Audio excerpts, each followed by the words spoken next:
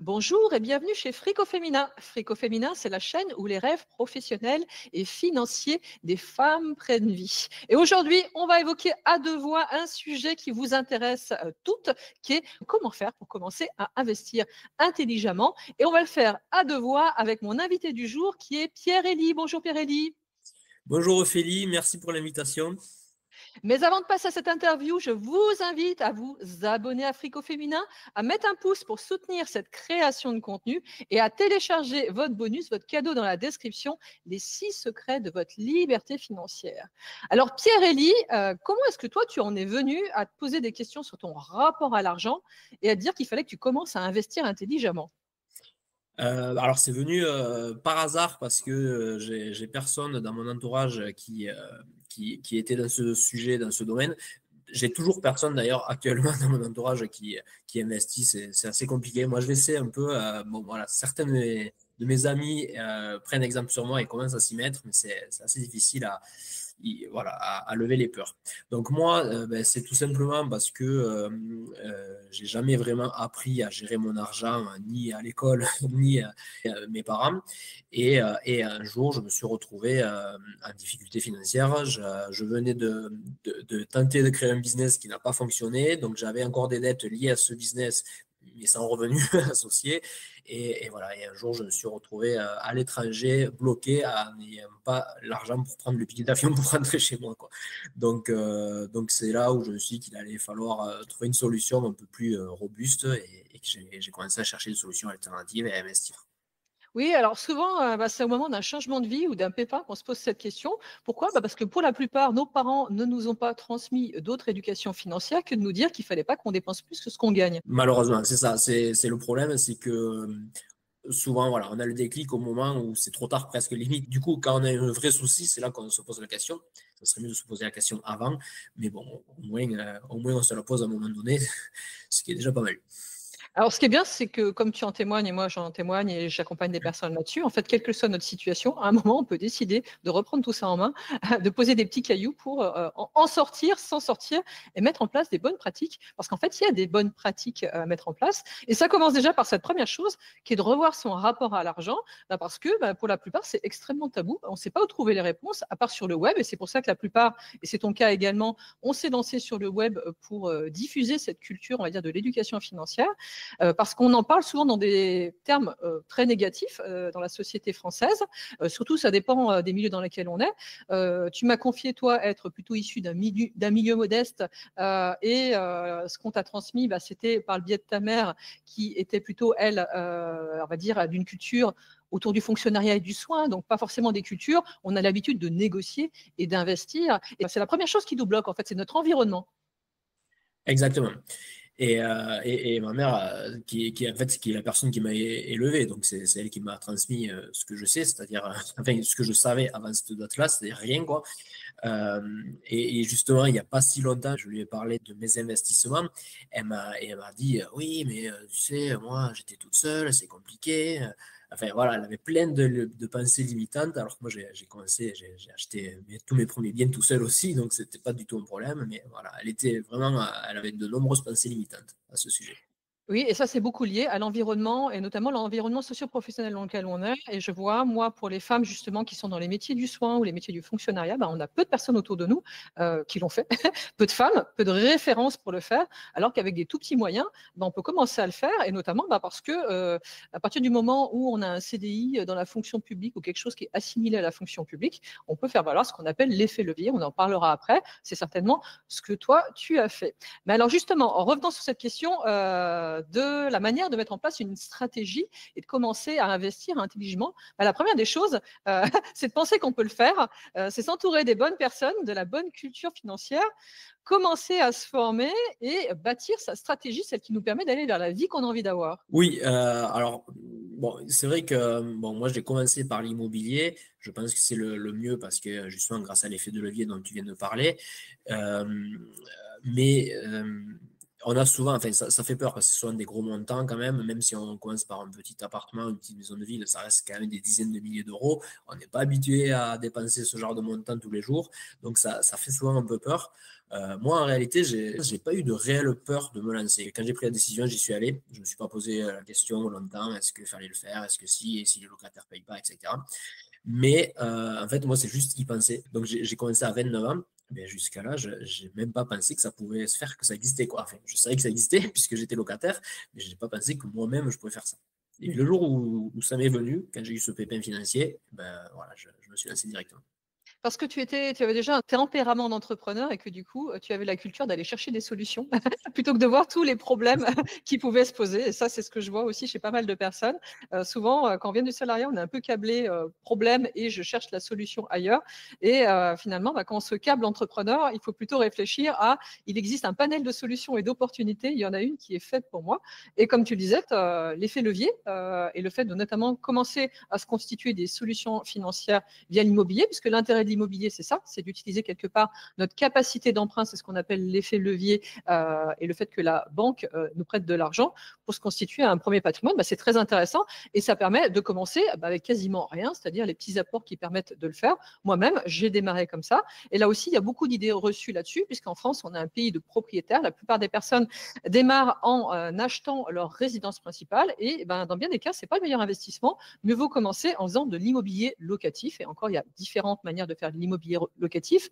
Toi, tu l'as peut-être fait en louant à des particuliers. On peut aussi acheter des garages et les louer. Enfin, il y a plein de choses à faire. Et ça, la plupart des Français continuent à être câblés comme nos parents l'étaient, c'est-à-dire à penser que la seule voie, c'est d'avoir un toit sur sa tête et d'acheter sa résidence principale. Or, si on met tous ses œufs dans ce panier-là, on ne peut plus faire valoir l'effet levier qui est d'acheter quelque chose pour le louer avec ce qu'on appelle un cash flow positif, c'est-à-dire avec quelque chose qui nous génère un petit revenu tous les mois. Oui, alors moi en fait j'ai fait les deux à la fois parce que mon premier bien, ça a été ma résidence principale, mais ce n'est plus ma résidence principale actuelle. C'est-à-dire que souvent, effectivement, ce que les gens entendent par résidence principale, c'est qu'ils attendent d'avoir suffisamment d'apport ou de capacité d'emprunt pour acheter leur maison un peu définitive, ou en tout cas pour les 20 ou 30 prochaines années. Que moi non, j'ai acheté ce premier bien qui était un tout petit appartement, mais j'ai réfléchi déjà pour le louer plus tard. Moi je l'ai acheté, je l'ai habité au début parce que j'avais un loyer trop élevé, donc j'avais besoin de me loger. Mais en réfléchissant comme un investisseur, déjà, dès le premier, je me suis dit, bon, mais celui-là, si je dois le louer, il faut qu'il soit rentable, quoi. Et ensuite, c'est seulement à mon troisième bien immobilier que j'ai acheté ma maison actuelle, dans laquelle je vis, dans laquelle je vais vivre un petit moment. Oui, alors ça, le premier investissement immobilier, le meilleur, c'est rarement la maison de ses rêves. Justement, comme tu disais, c'est quelque chose qu'on va acheter peu cher, qu'on a bien négocié, dans lequel on fait des travaux et qu'on va pouvoir revendre assez facilement avec une plus-value, ce qui va nous permettre de réinvestir. C'est exactement ce que j'ai fait. Alors, je l'ai revendu là cette année, donc 8 ans après, mais je l'avais vraiment acheté dans le but de le louer. Je l'ai habité 3 ans et puis ensuite je l'ai loué. Et ensuite, je l'ai revendu avec une belle plus-value qui m'a permis de récupérer suffisamment de cash. Le truc, c'est que les premiers investissements, on peut facilement les faire sans apport ou avec très peu d'apport, juste les frais annexes ou des choses comme ça. Au bout d'un moment, la banque commence à nous limiter et nous donner de plus en plus d'apports. Donc, le fait d'avoir revendu cet appartement avec plus-value, ça me permet d'avoir un apport à mettre pour le prochain. Oui, puis ça permet de démarrer petit, de se faire la main, de monter en compétences et de s'autoriser à voir un petit peu plus grand parce que au début, c'est un peu les montagnes russes émotionnelles quand on lance ses premiers projets d'investissement. Moi, j'avais pas vraiment eu de peur, mais bon, surtout si on a des peurs, vaut mieux commencer par petit. Tu parlais des garages, moi je l'ai jamais fait, mais ça peut être une solution pour commencer déjà à créer de la rentabilité sans prendre de gros risques, parce qu'un garage, ça peut s'acheter 20, 30 000 euros, ça fait des mensualités assez faibles, même si on se plante complet, ben, c'est pas très grave, alors que si on se plante sur une maison avec des mensualités à 1000 euros direct ou un immeuble de rapport, bon, ben, voilà, si on se plante, c'est 1000 euros qui sortent. Donc, il vaut mieux commencer petit et faire de plus en plus grand. Oui, et ça aussi, pas mal de personnes voient grand parce qu'en fait, on, on va viser le truc qui nous fait briller les yeux. Or, un bon investissement, c'est rarement la chose qui nous fait briller les yeux. Exactement. Du coup, on parlait support investissement. Donc, toi, tu t'es lancé plutôt dans l'immobilier, bah, notamment parce que je crois qu'à côté de ça, tu es prof. Donc, du coup, ça fait que tu as un statut où, quand tu vas avoir une banque, eh ben, tu as une stabilité de l'emploi qui fait que la banque va regarder ça positivement. Et c'est le cas de pas mal de personnes. Donc, il y a beaucoup de personnes qui pourraient faire valoir l'effet levier pour commencer à investir intelligemment et poser ses premiers petits cailloux. Et puis, tu m'as confié aussi investir très simplement en bourse et de la manière la plus facile possible parce que ça aussi, tout le monde pense qu'il faut être un expert international de la finance pour investir en bourse. Or, il n'y a rien de plus simple que ça. On peut faire des choses très, très faciles qui ne nous prennent pas plus de 5 minutes par mois quand on a appris à le faire. Oui, alors juste pour revenir, je suis prof effectivement, mais je ne suis pas titulaire parce que je n'ai jamais passé le concours. Et donc, j'ai pas cet effet positif aux yeux des banques du fonctionnaire ou de l'assimilé fonctionnaire, parce que les profs sont pas fonctionnaires, mais ils sont assimilés. Et non, non, non, j'avais pas ce statut. J'avais un statut très précaire de contrat qui se renouvelle tous les ans. Et j'ai quand même pu emprunter. Donc, ça permet justement de lever un blocage courant, comme quoi il faut un CDI ou un emploi stable pour investir. Non, ce n'est pas vrai. Je l'ai fait, moi, sans CDI. Moi aussi, comme toi, puisque moi, la première investissement que j'ai fait dans l'immobilier, eh ben, j'avais un CDD de 3 ans et j'étais absolument pas mariée. Enfin voilà, j'avais tout pour être dans les cases noires et pour autant, j'ai négocié un très bon emprunt bancaire. Après, j'ai fait le tour d'un certain nombre de banques, hein, mais je me suis pas arrêtée au premier nom et j'ai pu monter les projets que je voulais. Voilà, oui, oui. Alors moi, en vrai, les taux d'emprunt, je les regarde rarement. Enfin, moi, je cherche un accord et je regarde à ce que les loyers couvrent tous les frais, mensualité de crédit inclus. Si les critères-là sont vérifiés, que le taux soit à 3, 3,5, 4, en vrai, ça m'est égal. Et j'ai rarement un très bon taux, moi, pour le coup, parce que je suis endetté, j'ai pas de CDI, j'ai toutes les cases rouges dans la banque. Donc, ben, comme toi, il faut que je fasse à chaque fois, mais à chaque nouveau projet, même actuellement, et c'était le cas dès le début, ben, à chaque fois, je suis obligé de faire 10 à 15 banques pour en trouver une qui accepte de me financer. Mais c'est parce que j'ai une situation quand même qui n'est pas classique. Et les banques, dès que ça sort du classique, certaines personnes trouveront un financement très facilement auprès de leur banque. Moi, il faut que je fasse plusieurs banques, mais en fait, c'est pas un problème. Au bout d'un moment, il y en a toujours une qui dit oui, et à des conditions pas forcément avantageuses pour moi, mais en tout cas, ça me permet d'investir avec de l'argent qui ne m'appartient pas. Donc, dans tous les cas, ça reste avantageux. Oui, et puis bah, ça, tu l'amortis quelque part sur ta société, le coût de l'emprunt. Et puis, bah, une autre chose, c'est que une fois qu'on a un accord bancaire, il est tout à fait possible de renégocier quand ta situation se sera améliorée pour avoir de meilleures conditions dans quelques années, puisque ça se rachète en fait un crédit. Exactement. Et donc, j'investis en bourse effectivement en parallèle. J'ai commencé par l'immobilier pour le côté effet de levier dont on a parlé. Et en fait, ce que j'ai fait, c'est qu'en parallèle, rapidement, je me suis mis à investir tous mes cash flows. Donc, les cash flows, c'est tout l'argent qui me reste une fois que j'ai payé tous les frais. Je n'achète que des biens immobiliers qui me génèrent cette trésorerie positive qu'on appelle cash flow. Et tous ces cash flows, je les ai réinvestis en bourse, mais bon, l'immobilier prend déjà pas mal de temps en gestion. Je ne voulais pas un truc compliqué, en plus, j'y connais rien de chez rien en finance. Donc, je le fais de manière tout à fait passive. Juste, je me connecte à mon courtier en ligne tous les mois et j'investis l'argent que je fais un virement automatique. Donc, l'argent, il va automatiquement sur ce courtier. J'achète mes fonds tous les mois. Donc, j'achète des fonds très simples. C'est un ETF, hein, donc c'est un tracker en fait qui suit la bourse américaine. J'ai choisi la bourse américaine parce que c'est la plus performante. J'achète ce tracker tous les mois et, euh, et ça roule, ça se fait tout seul. Oui, alors ça aussi, il y a beaucoup d'idées reçues sur la bourse, notamment bah, parce que en France, on a l'habitude de mettre l'argent uniquement de côté sur des livrets ou des assurances vie garanties. Donc, on a peur de cette notion de volatilité. Et oui, quand on investit en bourse, eh ben, les cours fluctuent. Donc, il faut apprendre à maîtriser ses émotions, et c'est souvent qu'une question d'émotion vis-à-vis de ce sujet, ou prendre du recul, et c'est ce que tu fais, puisque tu appliques la stratégie qui fonctionne le mieux sur cette terre, qui est ce qu'on appelle le DCA, le Dollar Cost Average. C'est le fait de mettre en automatique une petite somme le plus régulièrement possible, donc toutes les semaines, tous les mois, ce que vous pouvez, sur quelque chose que vous maîtrisez, plutôt des indices, puisque toi tu évoquais le fait que tu investis sur un indice américain, mais ça peut être un indice monde, ce qui fait que tu es diversifié. Donc, eh bien, quoi qu'il se passe, l'argent à terme va suivre la courbe qui est une courbe haussière qui est celle de la bourse, même si il y a des fluctuations que tu ne regardes pas. Exactement. Moi, clairement, pour éviter de mettre les émotions en jeu, C'est pour ça que je me connecte qu'une fois par mois pour investir. Et d'ailleurs, j'en profite pour regarder où en est le portefeuille, mais j'essaie d'éviter. Juste, j'achète et je referme direct parce que c'est sur le long terme. Et sur le long terme, ça augmente, effectivement. Après, sur le court terme, ça peut baisser. Ça perd des fois 20% en un mois. Et à l'inverse, des fois, ça gagne beaucoup. Mais c'est pas ça qu'il faut regarder. C'est pas les fluctuations à court terme. C'est que sur le long terme, forcément, en achetant, comme tu dis, en DCA, c'est-à-dire tous les mois, je remets le même montant. Quoi qu'il se passe, qu'il neige, qu'il vente, qu'il pleuve, je remets le même montant tous les mois. Et du coup, quand la bourse a baissé, ça me permet d'acheter plus d'actions. Quand elle a augmenté, j'en achète moins, mais de toute façon, ça a augmenté, donc j'ai gagné de l'argent. Voilà, et tu as établi cette stratégie, et là, tu es parti pour 10, 20, 30 ans, puisque quand on investit en bourse, faut le faire, notamment quand on investit comme toi, avec une échéance qui est supérieure à 10 ans, sinon ça ne vaut pas le coup d'investir en bourse. Exactement. Et donc, en parallèle de ça, tu es en train de développer ton business en ligne. Et voilà, le troisième pilier de la liberté. Je me définis comme un créateur de liberté. Et donc, j'ai commencé par la mienne. Et donc, il y a 3 piliers pour pouvoir se créer sa liberté. C'est les investissements immobiliers et boursiers. Et ensuite, le troisième pilier, c'est donc le business. On n'est pas obligé d'aller sur ces 3 piliers-là parce que certains sont plus à l'aise avec l'un avec l'autre, mais bon, c'est bien d'en avoir au moins 2 sur les 3. Et moi, j'ai développé les 3, donc je développe actuellement mon troisième pilier qui est le business. Et justement, maintenant que j'ai créé ma propre liberté, je vais aider des gens à créer la leur.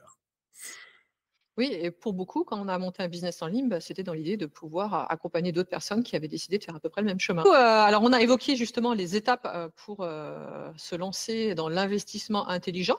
Quelque part, tu reflètes bien les basiques de ce que la plupart des personnes ont mis en place. Alors, chacun se l'approprie, c'est-à-dire qu'on le fait de manière diverse et variée, mais c'est à peu près ça, globalement, les principes de la liberté financière.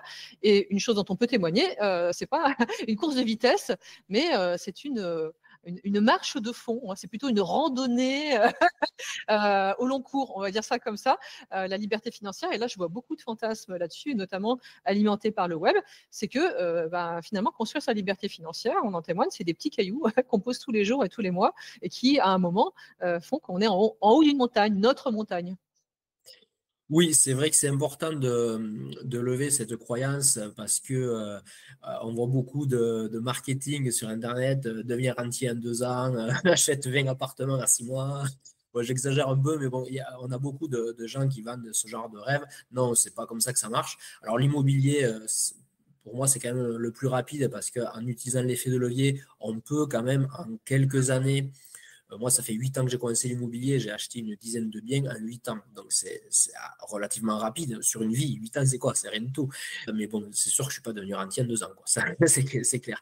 La bourse, c'est encore plus long, mais c'est 20 ans minimum. Bon, tu disais 10 ans, moi, je suis plus parti sur 20 ans, 20, 25 ans, mais c'est pareil, 25 ans, sachant qu'une carrière en France, en moyenne, c'est plus de 40 ans. Donc, même si on devient libre en 20 ou 25 ans, en fait, c'est la moitié d'une carrière, quoi. Donc, c'est long sans être long. Mais il ne faut pas vouloir aller vite. Il ne faut pas chercher à aller trop vite parce qu'en cherchant à aller trop vite, soit on se plante complet, soit on y arrive, mais on repère tout trop rapidement parce qu'on prend des risques inconsidérés. En faisant, moi, j'appelle ça des investissements de bon père de famille, des choses qui sont classiques, en fait, acheter un appartement, un bien immobilier, un par an, j'en achète, moi, en moyenne, investir tous les mois une certaine somme en bourse, de manière diversifiée. Voilà, et c'est tout. Il n'y a pas besoin de vouloir prendre des raccourcis en faisant des effets de levier sur des trackers. Enfin voilà, il y a des trucs, je vois un peu de tout. Des gens qui essaient d'aller plus vite. Là, je suis actuellement 100% libre, je bosse quand je veux. Ça m'a pris 5 ans à devenir libre. Je pense que 5 ans, tout le monde a 5 ans devant lui, quoi, normalement. C'est à peu près les délais que j'observe, c'est-à-dire que entre 5 et 10 ans, on peut complètement renverser sa situation financière et passer de situation extrêmement compliquée à libre. Ça dépend du niveau d'endettement qu'on avait bien sûr avant, mais globalement, tout est renversable. Et c'est ces échéances-là qu'il faut se donner. Exactement. Et puis même si même si ça prend 10 ans ou 15 ans au lieu de 5 ou 6, en fait, c'est pas grave. Moi, je dis toujours, tu préfères être riche dans 10 ans ou pauvre toute ta vie. La question, je pense que tout le monde peut y répondre, quoi. Il vaut mieux que ce soit long, mais que ce soit efficace. Mais ça, c'est aussi un renversement culturel. Voilà, on est dans des situations, on va dire, dans une situation en France économique, politique, ainsi de suite, qui fait que je pense qu'il y a pas mal de personnes qui vont percevoir que maintenant, il est temps de se former, de faire son éducation financière et commencer à investir intelligemment, notamment parce que nos systèmes de retraite sont remis en question, nos acquis sociaux assez régulièrement. Et la meilleure des solutions, c'est celle qu'on se construit soi-même pour pouvoir assurer sa propre sécurité et pouvoir aider les autres. Et c'est comme ça qu'on va y arriver plutôt qu'avec le système que nos parents ont connu, qui était le CDI et la retraite. Oui, exactement. Alors justement, quand j'en parle à ma mère, elle comprend pas du tout parce que elle est déjà à la retraite et c'était quelque chose qui était plus ou moins assuré à sa génération. Aujourd'hui, elle a une très bonne retraite et elle n'a pas besoin de faire autre chose. Mais bon, ma génération et celle d'après, les plus jeunes que moi, quand même, je remarque un changement de mentalité. On a compris qu'on n'aurait pas grand-chose à la retraite. On ne sait pas ce qu'on aura, mais ce ne sera pas suffisant et ça sera de pire en pire, ça se dégrader. Ça, je pense que maintenant, les générations commencent à le comprendre et c'est pour ça qu'on cherche des solutions alternatives, effectivement. Oui, puis l'idée, c'est aussi de vivre tout au long de sa vie. C'est pas attendre forcément la retraite pour avoir, on va dire, un équilibre de vie satisfaisant. Moi, je le vois aussi chez beaucoup de femmes, et notamment quand on a des enfants, c'est de pouvoir aussi en profiter, de faire des choses avec eux. Et voilà, et de ne pas attendre cette date physique qui est j'en profiterai à la retraite. C'est aussi un renversement de tendance culturelle. Et notamment, je le vois depuis le Covid, il y a beaucoup de personnes qui sont ouvertes à cette nouvelle manière de voir les choses, à se rendre compte qu'en fait, on pouvait concevoir le travail et l'argent différemment. Exactement. Ça aura au moins eu cet effet positif, le Covid, que la prise de conscience, on s'est rendu compte beaucoup que vivre plus lentement, en fait, c'était possible et c'était même souhaitable la plupart du temps. Du coup, les grands principes qu'on devrait tous et toutes connaître pour commencer à investir intelligemment, on l'a évoqué, l'effet levier, c'est le fait justement d'aller régulièrement négocier avec sa banque pour lever cette capacité d'emprunt qu'on pourra avoir auprès d'eux pour commencer à investir dans des biens qui nous rapporteront plus que ce qui nous coûte et être propriétaire à terme. Ça, il y a peu de personnes qui le font et pour autant, c'est intéressant de commencer à faire le plus tôt possible. La deuxième chose, c'est aussi la notion de bonne dette, mauvaise dette. Alors, toi, tu me disais que tu avais été dans une situation d'endettement, c'était peut-être pas de la très bonne dette, ce que tu avais mis en place dans un premier temps. Et ça, il y a pas mal de personnes qui se font piéger. Moi, j'accompagne notamment des personnes qui sont dans cette situation-là. Et pour autant, la dette peut être saine, et notamment quand on l'affecte à acheter des choses qui vont nous permettre de générer un revenu. Oui, justement un article en préparation sur ça, donc c'est rigolo que tu en parles parce que j'ai pas pensé à l'évoquer. Effectivement, la dette, ça fait peur souvent à pas mal de monde et donc le fait de s'endetter pour acheter un bien immobilier, il y en a beaucoup qui ont peur de ça. Et à côté de ça, les mêmes personnes font un crédit pour acheter une voiture, quoi. Donc ça, moi, j'ai toujours du mal à comprendre cette façon de penser, mais oui, effectivement, il vaut mieux s'endetter pour acheter un appartement que pour acheter une voiture.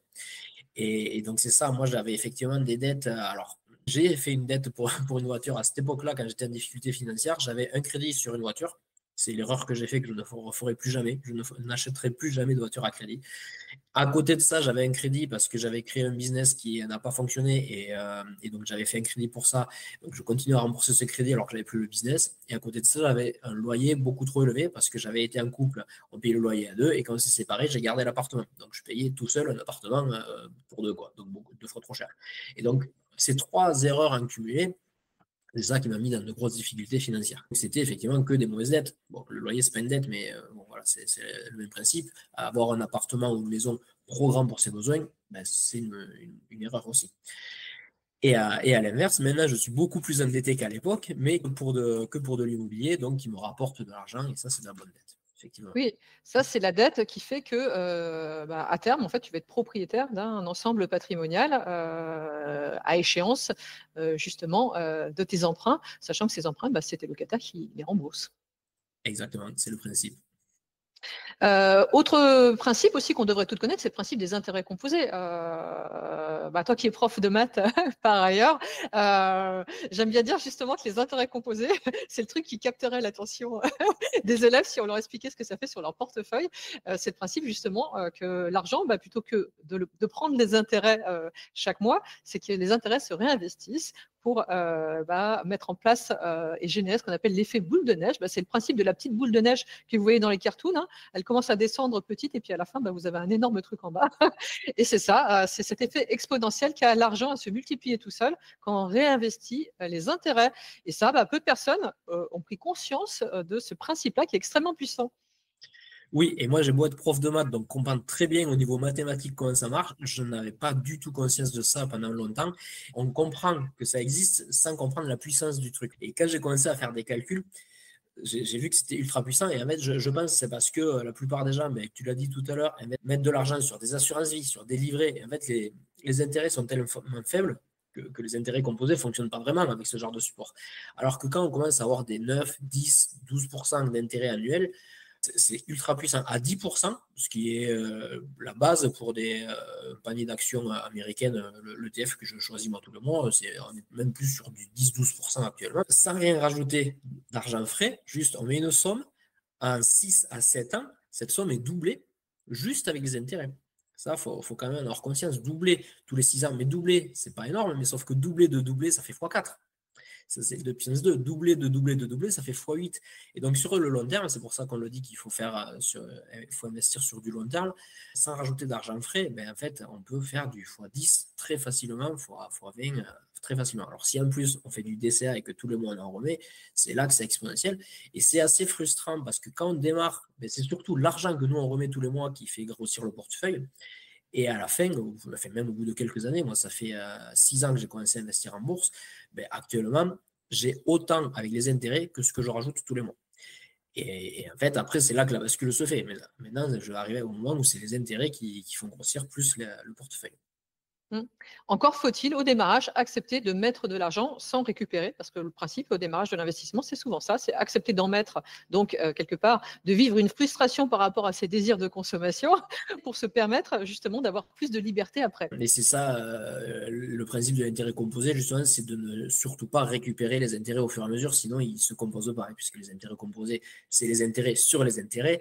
Mais pour pouvoir créer des intérêts sur les intérêts précédents, il faut bien sûr les laisser sur le compte et ne pas les récupérer. Et c'est ça qui est frustrant. Tous les mois, on met, on récupère jamais rien. Mais au final, ça grossit. Moi, mon objectif, là, sur la bourse, c'est de, rien qu'avec les intérêts, pouvoir vivre mon niveau de vie actuel qui est satisfaisant. Je n'ai pas envie d'augmenter mon niveau de vie, mais qui puisse se financer uniquement avec les intérêts de mon portefeuille boursier. Et donc, du coup, je réinvestis tout jusqu'à atteindre un certain capital qui arrivera assez vite. Et en fait, à ce moment-là, c'est là qu'on peut commencer à récupérer pour profiter de son portefeuille. Mais il ne faut pas être trop pressé, encore une fois. Oui, c'est ça le principe de la liberté financière. Tu viens bien de le décrire. Hein, tu as mis en place tous les leviers. Et justement, aujourd'hui, il y a aussi un dernier point qu'on n'a pas évoqué, c'est la notion d'inflation. Alors l'inflation, on en entend parler partout. Je me rends compte que personne ne comprend réellement ce que c'est.